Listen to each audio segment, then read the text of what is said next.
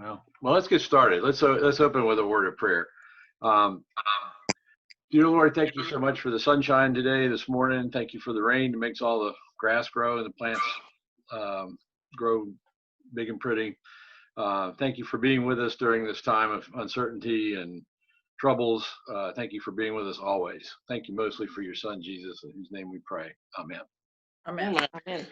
Okay, so it looks like a lot of people have the book, which is great. I just thought I'd open a little bit with some of the stuff that he talks in the intro about why he gave the sermon series. This fellow that wrote the book, there's two authors. One is a pastor at Second Presbyterian Church in Kansas City, Missouri, and the second one is actually a writer who is a member of the congregation, and he writes for Presbyterians Today, but he also writes for the Catholic Digest or something. And at any rate, he wrote an article after he heard the first sermon. He wrote an article about that Pope Francis was getting a lot of good press, even from the Protestants. And this article that he wrote got so much response that they put the videos online, and they started getting thousands of people watching. And they had letters from all over the world, actually, about this sermon series. And so the two of them put these sermons together as a book. Interestingly enough, yesterday I went on the website for the Second Presbyterian Church in Kansas City, Missouri, and these sermons are archived, and you can actually watch them through their website. So I'll send you all that link. They're basically the same, almost the same as what's in the book. So if you don't want to read the chapter, you can watch it. It's a little different, and it's kind of fun to see his delivery and all. He's a very good speaker. But anyway, he talked about the reasons for the sermon series, which was actually given in 2014, was to help the listeners, help his congregation understand the remarkable and almost immediate popularity of Pope Francis. Prior to that had been Pope Benedict, and Pope Benedict was not as popular. And prior to that was John Paul II, who's now a saint and was, a renowned world leader. So Benedict was not the most popular guy in between. So why was Francis so immediately popular with all religions and really all nationalities? And his conclusion in the introduction was that the appeal of Francis seemed to be in his humility, in that he was, he refused to stay in the papal apartment. He stays in a guest house. He won't wear the red Gucci shoes that go with the outfit. He wears his old black shoes. And there's just this item after item where he just does. He apparently rides around in a Ford Taurus instead of using the Vatican limousine. So just this humility of this humble man, and then we're going to talk some more about some of the things he actually did during that first year that kind of resonated with that humility. And then why turn the sermon series into a book? And we talked a little bit about that in that it was such a great response to this outside, within the congregation and also outside of the congregation. So he thought the book would promote more religious harmony, that it would promote an ecumenical dialogue, and that would improve interfaith relations. We'll see how that goes as we go through these 7 sermons. But it's just remarkable in the first place that that the sermon series was delivered at all. So what I'm going to do, the one thing about Francis to understand is he was the first pope of a lot of things. He was the first pope from South America. He was the first mixed race pope. He was the first pope named Francis, and we'll talk about that in a minute, why he chose that name. And most importantly, really, is first and foremost, he was the first Jesuit priest to become the pope. And it's important. You will understand Francis a lot more when you understand a little bit more about the Jesuits. So I happen to have a PowerPoint, and I'm going to try this. See if this doesn't pop up. It's going to be a very short. Okay. Does everybody see the slideshow? Yep. Yep. Yes. All right, Tom. Wow, Mr. Technology, look at Yeah, that. that's impressive. Okay, so everybody can see that, and I've actually still got you all over here in the corner, so that's great. So we talk about the Jesuits. They are an order of priests, and they were founded in 1500s by a man named Ignatius of Loyola. This is a picture of the Pope Francis in the white there, and a contingent from Georgetown University, which is my alma mater. That's the second one over with the green tie is the president of the university, President de Goya.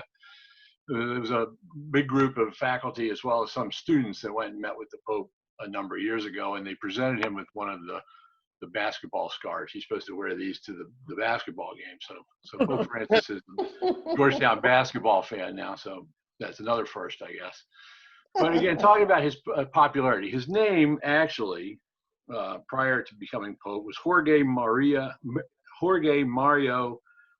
Bergoglio, and he was from Argentina. He was from actually Buenos Aires, and he was a bishop in Buenos Aires before becoming the Pope. He chose the name Francis. He's the first Pope to be named Francis, and he chose that name based on St. Francis of Assisi. And if you remember when we talked about the Crusades a number of weeks back, we talked about Francis of Assisi was the one that crossed the battle lines during the Crusades and met with the sultans of the Muslims and tried to broker a peace during the Crusades. So he chose Francis because he was committed to peace. He was also committed to care for the poor, and he also had a love of creation and love of God's creation. His first act right out of the box, right after his election in 2013, was when he was asked about a homosexual issue, and his reply to that question was, "Who am I to judge?" Which is pretty remarkable coming from any clergy, much less the head of the Roman Catholic Church. He's also taken what would be considered liberal stands on abortion. He's been an advocate for economic and social justice. He's restructured the Vatican Bank so that the money is more transparent what's actually going on. But first and foremost, again, about Francis is that he is a Jesuit. And what does that mean? So let's talk about the Jesuits. So the Ignatius of Loyola, who founded the Jesuits, was born in 1491. And this is just a little reminder of what else was going on in the world during Ignatius's lifetime. And so in 1492, the Moors, who were the Islamic people in Spain, were conquered by Ferdinand and Isabella. There weren't nation states in Europe at this point. There were kingdoms, and so the Moors were sort of run out of Spain by Ferdinand and Isabella, who were Catholic. At the same year, Columbus came to America, or at least he got as far as Puerto Rico or someplace. In 1497, Vasco da Gama sailed around Africa all the way to India, opening up a lot of trade routes and such. In 1503, Leonardo da Vinci painted the Mona Lisa. In 1517, Martin Luther posted his 95 Theses on the wall of the church, the door of the church in Wittenberg. In 1534, Henry VIII split with Rome and formed the Anglican Church. An awful lot going on during this time period. In 1559, John Knox preached a sermon at Perth, extending the Reformation all the way into Scotland. And in 1584, all us good locals down here, Karen, too, this is for you. Sir Walter Raleigh attempted to establish the first British colony in America right in our backyard. So a lot going on during this time period. So Ignatius of Loyola, again, was born in 1491, died in 1556. So while all this unrest in the church was happening, and while all these, all that we talked about with the Crusades was kind of coming to an end, and this fighting between the Christians and the Islamists, he founded the Society of Jesus, which is otherwise known as the Jesuits, in 1540, and we'll get into how that happened. He was beatified, which is the first step in sainthood, in 1609, and became canonized as a saint by Gregory the 15th in 1622. And for those Catholics among us, his feast day is July 31st. Feast days are pretty important things in the Catholic Church. When you went to Catholic schools, feast days were important because usually you got those days off, and the public schools didn't. So you had a day off, and all your friends had to go to school. The other key founder, the other key member or founding member of the Jesuits was Francis Xavier, who lived from 1506 to 1552. He, along with Ignatius, founded the Jesuits in 1540.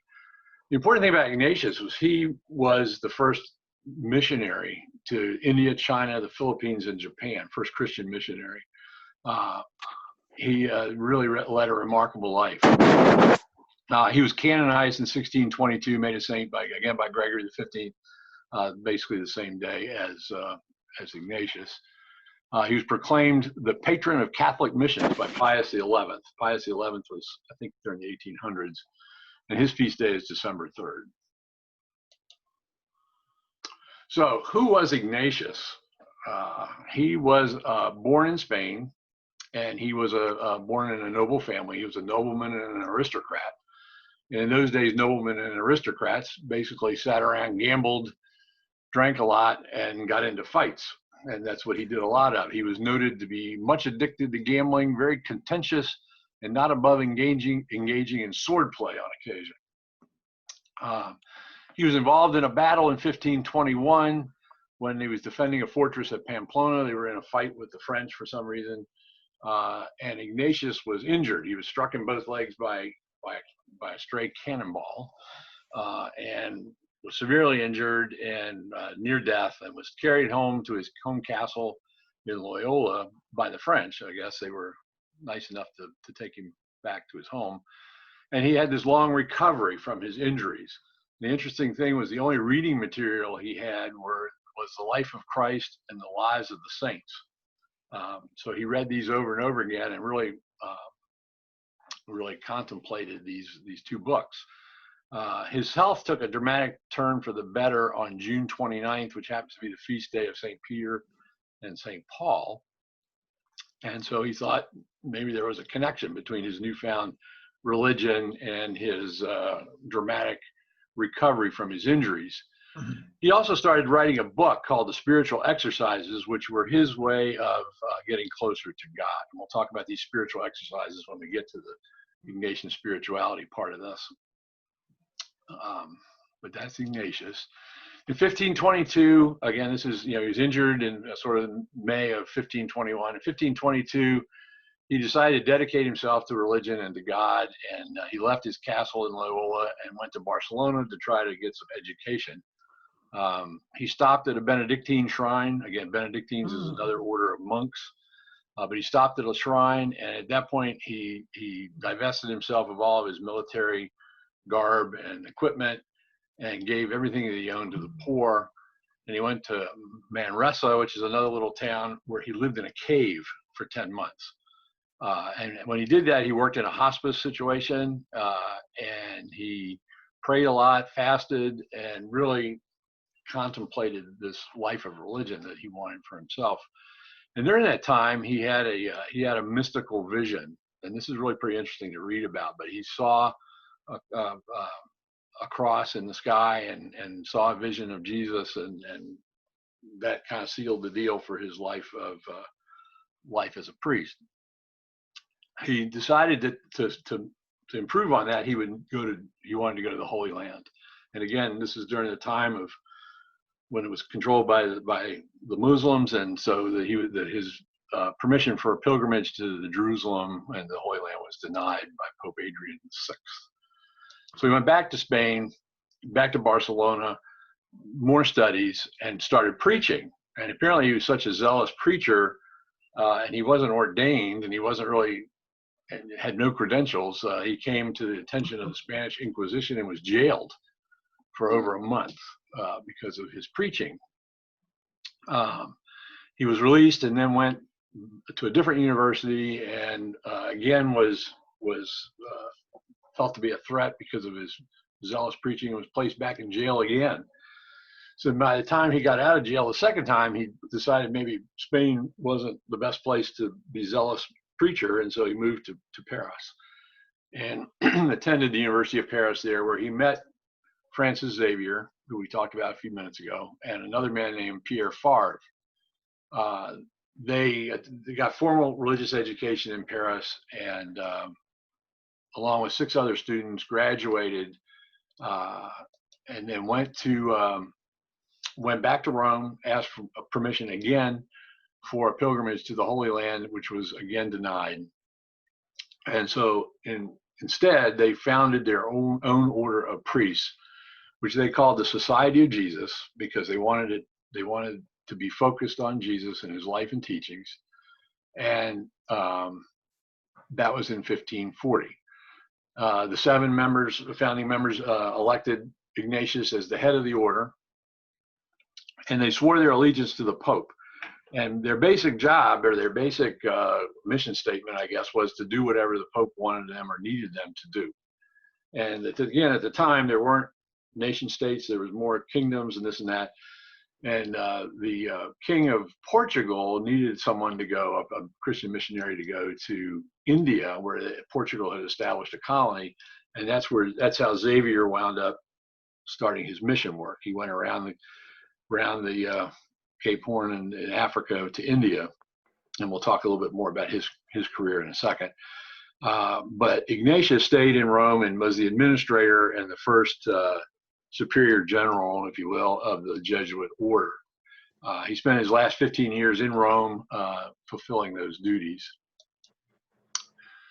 And then this is a quote from Ignatius, and we'll parse it a little bit and talk about what this means. But this is a quote from Ignatius. He says, "Let him who would fight for God under the banner of the cross and serve the Lord alone and his victor on earth in our society, which we desire to be distinguished by the name of Jesus, bear in mind that after a solemn vow of perpetual chastity, he is part of a community founded primarily for the task of advancing souls in Christian life and doctrine, and of propagating the faith by the ministry of the word, by spiritual exercises, by works of charity, and expressly by the instruction of children and unlettered persons in Christian principles." So the key parts of this statement, again, this is more like the real mission statement for the Jesuit order. But his first thing he talks about is community, that these men live in community, and they are a community that's dedicated to serving the greater community, the world.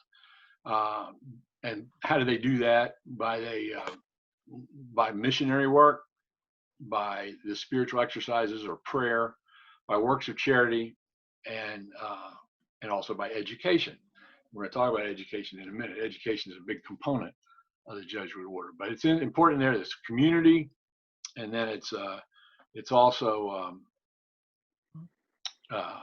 acts of charity.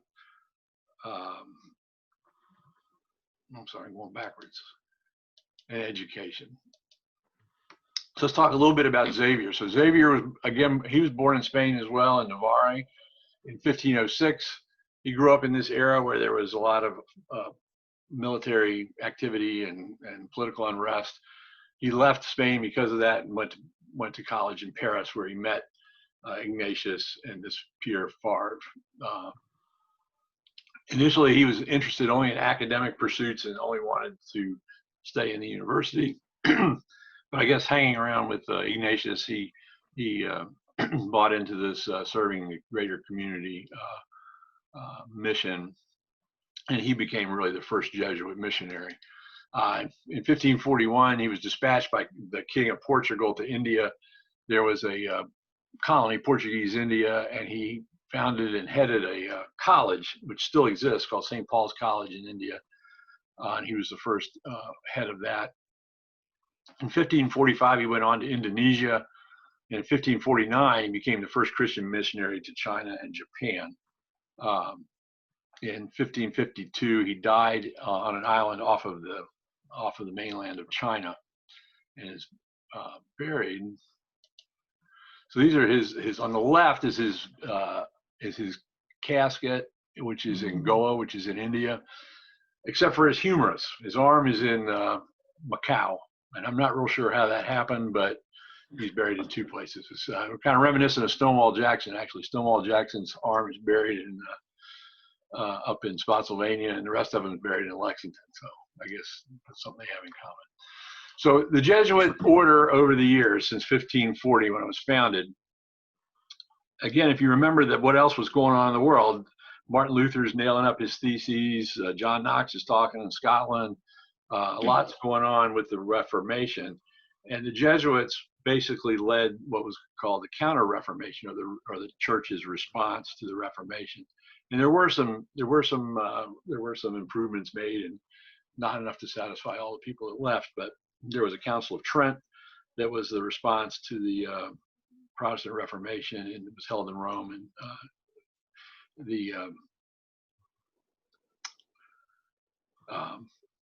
so anyway, so that was their main job early on. The Jesuits actually increased in power, however, over the next few centuries, to the point where a lot of the political rulers, the kings and such in Europe, were worried that the Jesuits had more power than they did. The structure of the Jesuit order became very similar to the structure of the Catholic Church. They have this superior general who's referred to as the Black Pope, and we'll talk about that in a minute. But the superior general, and then there are regions that are defined by the order, and they have regional leaders, much like the Catholic Church has the Pope and then cardinals and then bishops. The structure of the Jesuit order is very much similar, and they became much more powerful as the years went on in Europe, to the point where these political rulers in Europe became very concerned and convinced Pope Clement XIV in 1773 to suppress the Jesuits, and basically they were thrown out of Europe and in some other areas. Interestingly enough, they were allowed to stay in the United States and other areas. And this was all cleared up about 50 or 60 years later, and they were reinstated in good standing, and they're back all over the place. But the Black Pope is the nickname for the superior general of the Jesuit order, and he's called the Black Pope because they always wear a black cassock where the regular Pope wears white. So it's like a chess match or something. I'm not sure, but at any rate, and there's only been 28 superior generals. They're elected for life, just like the Pope. So there's only been 28 of them. The first of which was Ignatius. The current superior general is an Irishman, actually. I forget his name. So let's talk a little bit about the Jesuits in America. They took up their mission, their missionary devotion to missions, and came to the United States. Some very famous missionaries, Father Jacques Marquette in the Middle America, preaching to the Indians there on the left. And Ellen and I were out. Ellen's aunt Sue and Uncle Harry lived in Missoula, and we went out there and visited a couple of times. And I didn't know this place existed, but we actually ran into the St. Ignatius Mission, which is in western Montana. It's near the border with Idaho, but it was one of the mission churches to the Indians in the Pacific Northwest. And this is some pictures I took of the outside and inside of the St. Ignatius Mission in Montana. But just underscoring the importance of the Jesuits in this missionary effort. The final thing I want to talk about the Jesuits is their strength in education. And this is a quote from their website by some woman that runs one of their internet services, but it says, "It's all about the pedagogy. Ignatian teaching takes education beyond cognitive skill development to explore its connection to the heart, emotions, and personal values one embraces in life." So it's not just enough to go to college. You have to be plugged into the community. And certainly we saw that at Georgetown. There's a lot of community mission work involved. You get as involved as you wanted. And this is a list of some people that benefited from Jesuit educations: Descartes, Voltaire, Molière, James Joyce, Rubens, Arthur Conan Doyle, and Pierre Teilhard de Chardin, who's actually a Jesuit priest. And Jody has quoted him at least in one sermon, I remember. He's a very interesting guy, and we'll do some classes about him somewhere in the future. He was a Jesuit priest, but he was also a paleontologist, and he has written a lot about reconciling science and religious thought. He's a very interesting guy. Fidel Castro, Alfred Hitchcock, Bill Clinton went to Georgetown. Not to mention Bing Crosby, Vince Lombardi, Robert Altman, Chris Farley, Salma Hayek, Denzel Washington, and myself, and yours truly. So we all benefited from a Jesuit education. I spent 4 years at Georgetown and had some very remarkable Jesuit priests as teachers. So these are the Jesuit colleges and universities in the United States, and there's almost 30 of them here, or maybe more than that. I didn't actually add it up, but you'll recognize some of these: Holy Cross, Boston College, Georgetown, Loyola Marymount, Xavier, some of the smaller colleges, St. Louis, the Wheeling Jesuit, Loyola of Chicago, Gonzaga. One of the things you'll notice a common thread too is they all have good basketball teams. So there's a lot of Are they tall? Yeah, very Jesuits tend to be tall. Yeah. But at any rate, so that's a lot of universities, and it's surprising. A lot of these, like Creighton and Marquette, once you know about Father Marquette, it's not a big surprise. But some of these are a little surprising that they are Jesuit colleges, but they are.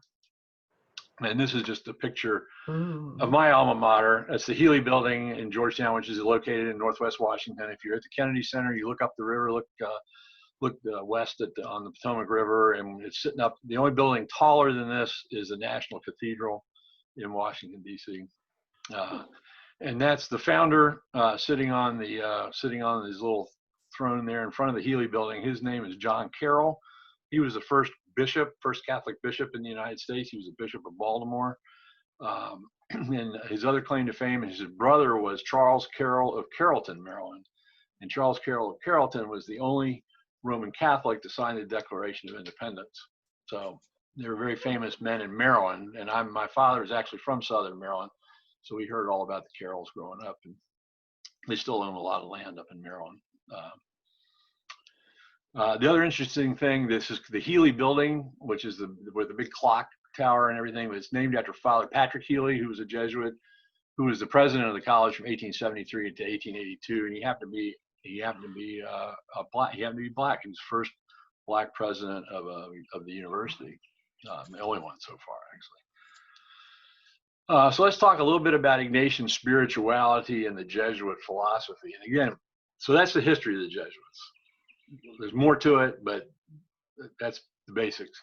But let's talk about the Ignatian spirituality and the Jesuit philosophy, because this is what's key to understanding Francis and who he is and why he does what he does the way he does it.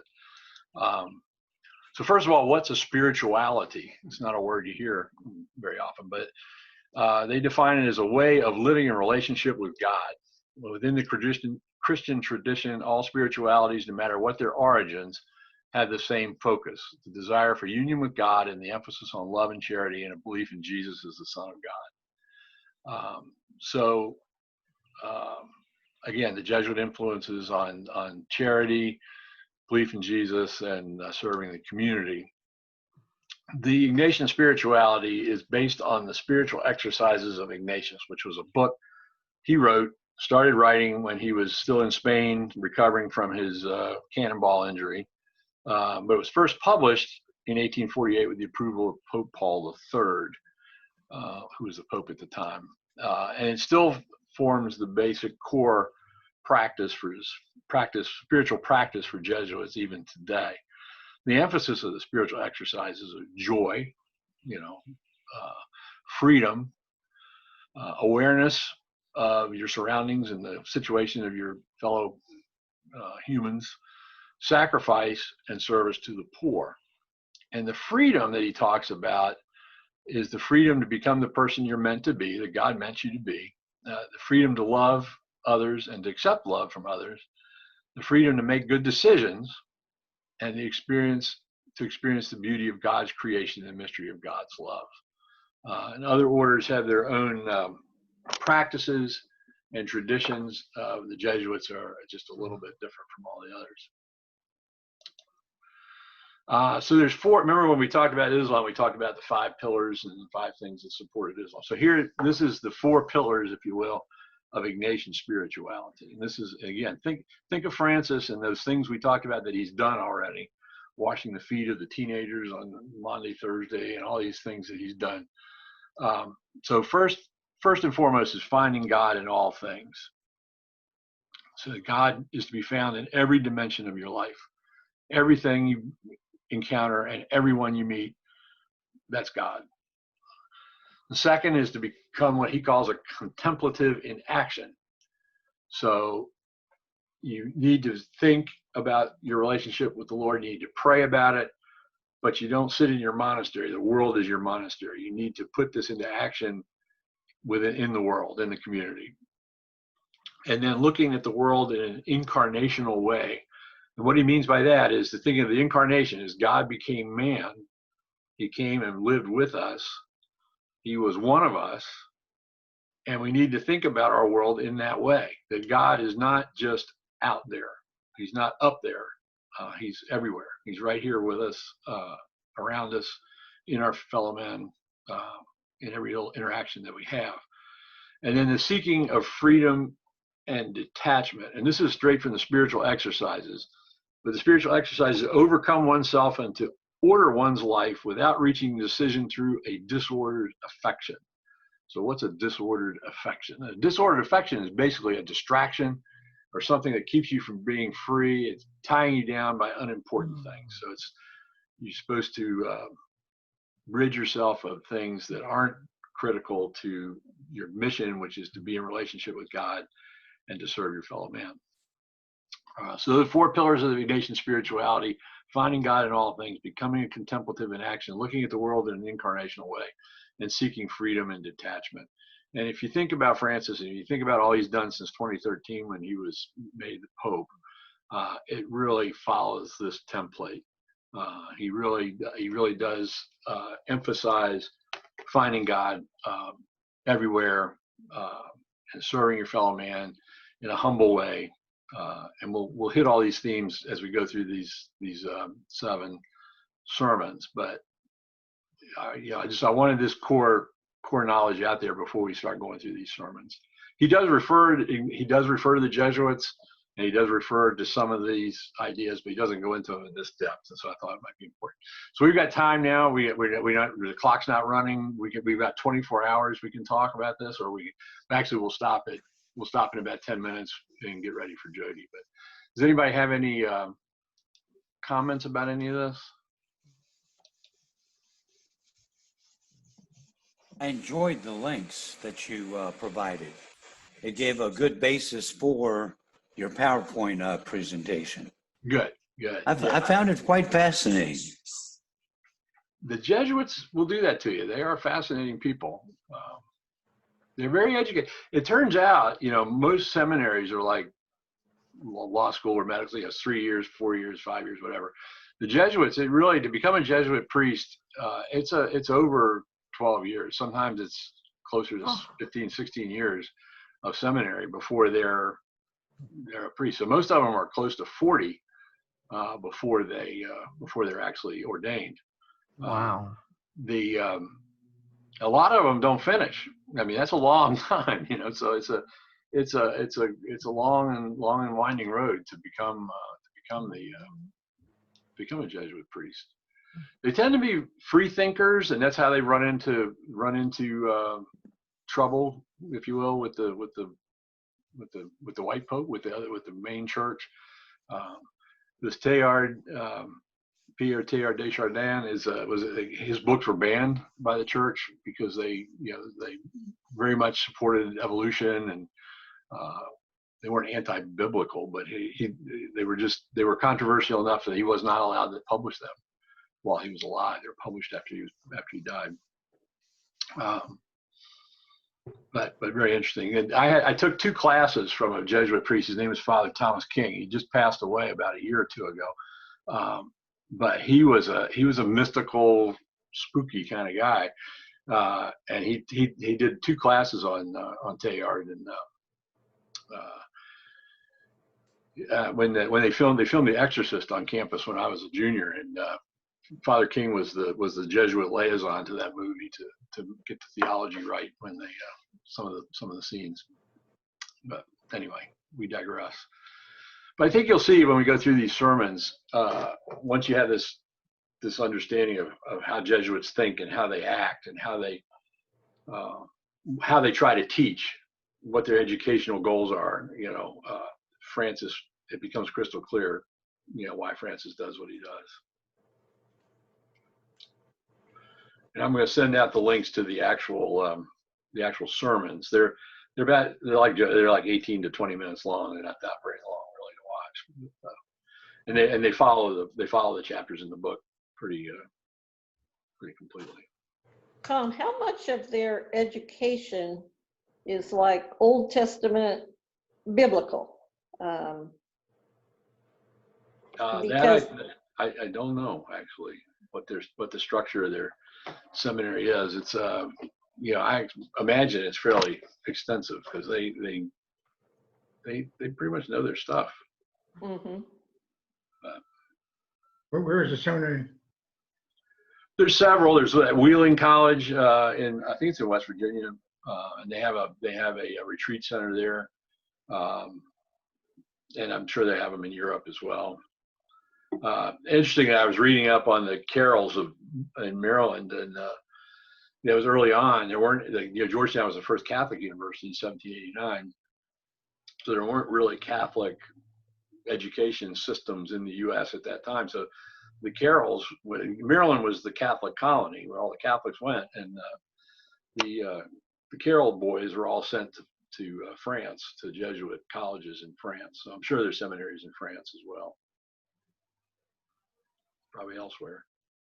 We had that presbyter in Lynchburg. Remember, wasn't that the presbyter that said, he said, if we had bishops, I would be your bishop, but we don't, so I'm not.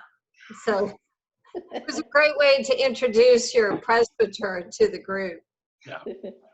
Yeah. So the structure of the church is different. And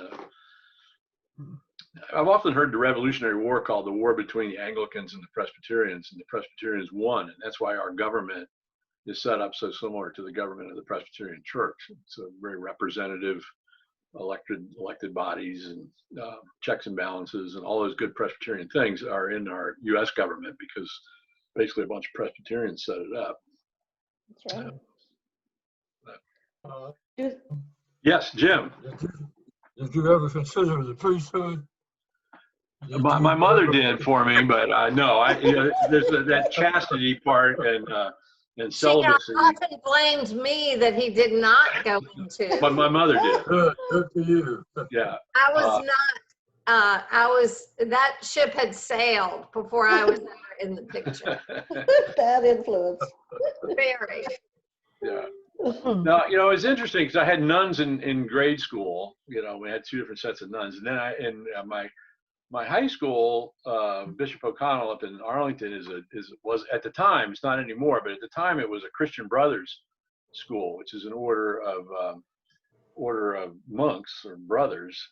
They aren't priests, but they're educators is their main goal, and they were very interesting as well. They're very similar to the Jesuits. And, my parents thought they were sending me to get this great Catholic education, and as it turns out, the Jesuits really teach you to think for yourself, and I did, and I wound up not being anything for the longest time, and then when Ellen and I married, we started going to her church, which was a Baptist church, and then when we moved to Lynchburg, we shopped around, and we really both were comfortable at the Presbyterian church. That's how we wound up in the Presbyterian church. But the Jesuits have I think it's a great thing they do. They're very plugged into the community. When they hired John, get back to basketball, but when they hired John Thompson as a basketball coach, he was a tall black man from inner city Washington that had played ball at Providence, which is a not Jesuit but Catholic school in Rhode Island, and had come back to DC and had established a very successful high school program at St. Anthony's High School. But at any rate, it was a very intentional hire to hire a black man from inner city DC to run the basketball program. And they said that at the time, that we want the university plugged into the community more. It was a very Jesuit intentional act, and it certainly raised the awareness level of the university and the Black community, and certainly we've got a much more diverse student body since then. But again, a very intentional, very Jesuit thing to do. Go out and find how are we going to get involved in the community? Well, let's do it through basketball. Let's find a practical way to do this. They talk about these spiritualities, and they talk about I didn't put that on one of the slides, but I'll never find the quote, but they talk about some of these other orders of priests, and they're dedicated to worship, and they're dedicated to this and that. And they said the Jesuits are the ones that goes down in the basement and knows where all the fuse boxes are, and they can fix everything. They're very practical, and they make things happen. So, anyway. Do they still do mission work in Japan and China? I'm sure they do. Mhm. I haven't really gone through the website, but yeah, I'm sure they do. Makes sense. Yeah, I'm sure they still have churches. We went to a wedding. Ellen and I went to a wedding. One of my, it was actually a great niece, got married in Baltimore, and we went to the wedding, and turned out my sister, who was this child's grandmother, couldn't be at the wedding, and her husband was sick. Anyway, we wound up sitting at the head table with the families of the bride and groom and the priest, and the priest was this Italian Jesuit. And we wound up sitting with him 2 nights and talking for hours.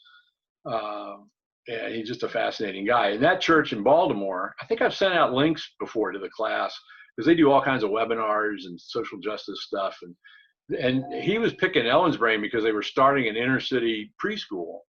And so he sat there for hours talking to us about how, what they needed for the preschool and what they needed for certification and all this sort of things. But very much involved in the inner city community of Baltimore, although it's a well-heeled, mostly white Catholic church.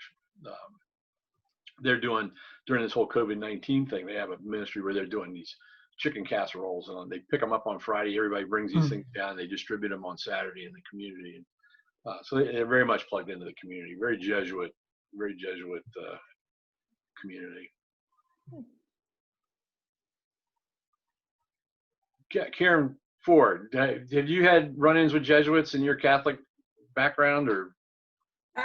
Only one. I mean, we moved so much, I can't even remember. We went to all sorts of different schools, but my dad had a buddy who was a Navy chaplain who was a Jesuit, and I just remember them drinking whiskey in the backyard and talking erudite sorts of things. But he really liked him because he said he was a thinking man's priest. So yeah, that's mine. And then my sister married into a family who all is tied up with the University of San Francisco, which is a Jesuit college. So there were 2 Jesuit priests that officiated at her wedding. So that was fun. Yeah. And they had a good basketball team back in the 50s. That's where Bill Russell went to college. And back in the day, yeah. So it's a gorgeous campus. Is it? Yeah, I was out there for a conference, and it's beautiful. Great, overlooks things. Really nice. I'm sure that has everything to do with what we're talking about. No, it sort of does. I mean,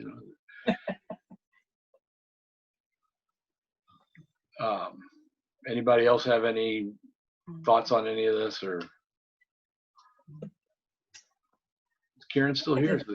She went dark here. Thank you for all your work on this, Tom. This is great. Thank you, Tom. Well, I enjoy it. It's very clear. And again, I think when we get to talking about Francis, and next week, I'm going to send out, for people that don't have the book, I'm going to send out, there's 5 discussion questions at the end of each chapter. And so from here on in, you guys are I'll teach you too, because we're going to talk about, we'll talk about the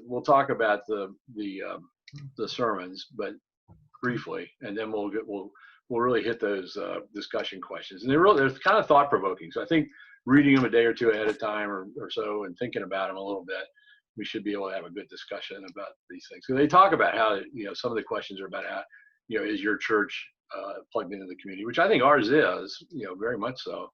But how it can be more effective in those regards and things. So they're good questions to talk about, I think.